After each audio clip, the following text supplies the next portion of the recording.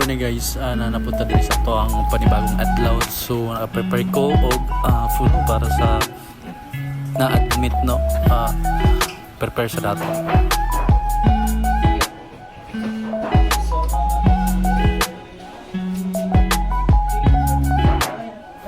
So magamit ang gloves guys kay para safety na kay kaysa ning ato ang tagaag pagkaon kay positive sa Ehrlichia o sa Lipto.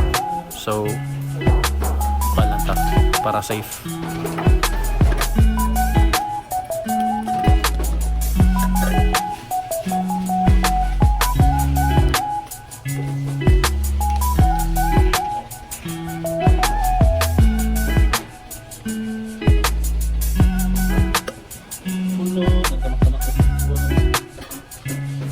Sumauni no si Sky ang ato ang pasyente. So karon guys, wala pa siya magkaon, di pa siya gana mukaon. Ang iyang ginapangita is tubig no. Ang kadalasan pag magsakit ka Lipto or Ehrlichia no, tubig yun para hindi pangitaon.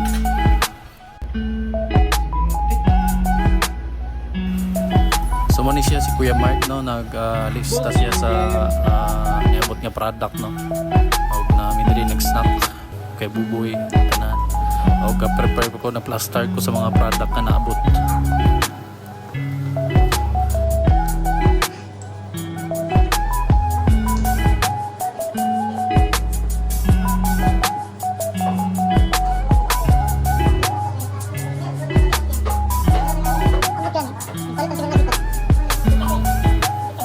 Lawad siya kay Buboy na ngapi.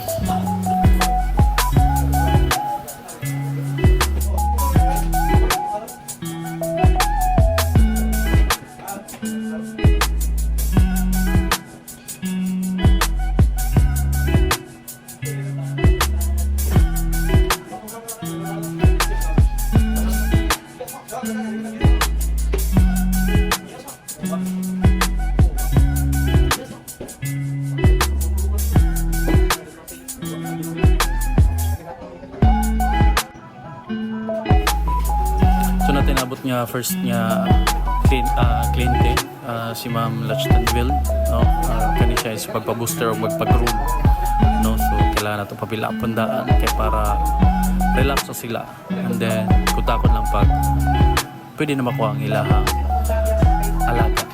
Okay,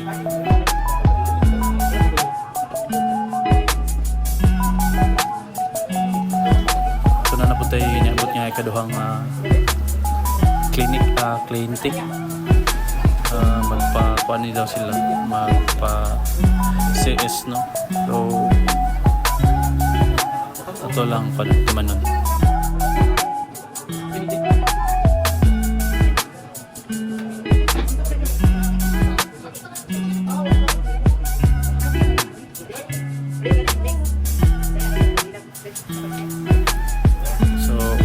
Quick video lang sa to ang tulo ka pasyente.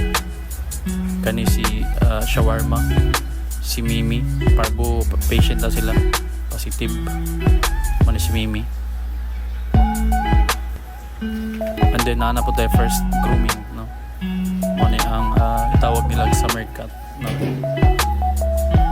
First grooming si Kuya Mark nag-groom ni Boss Boboy. Okay, hinlo po tayo pa nagsano para makita po di boss amo manager no? Wala lang taga tanga sa kilo og natay first vaccine no? I mean second vaccine na nila ni mga Labrador puppies. 2 puppies lang sila. BCS po ni sila diri last time. Buyag kay mga Labrador.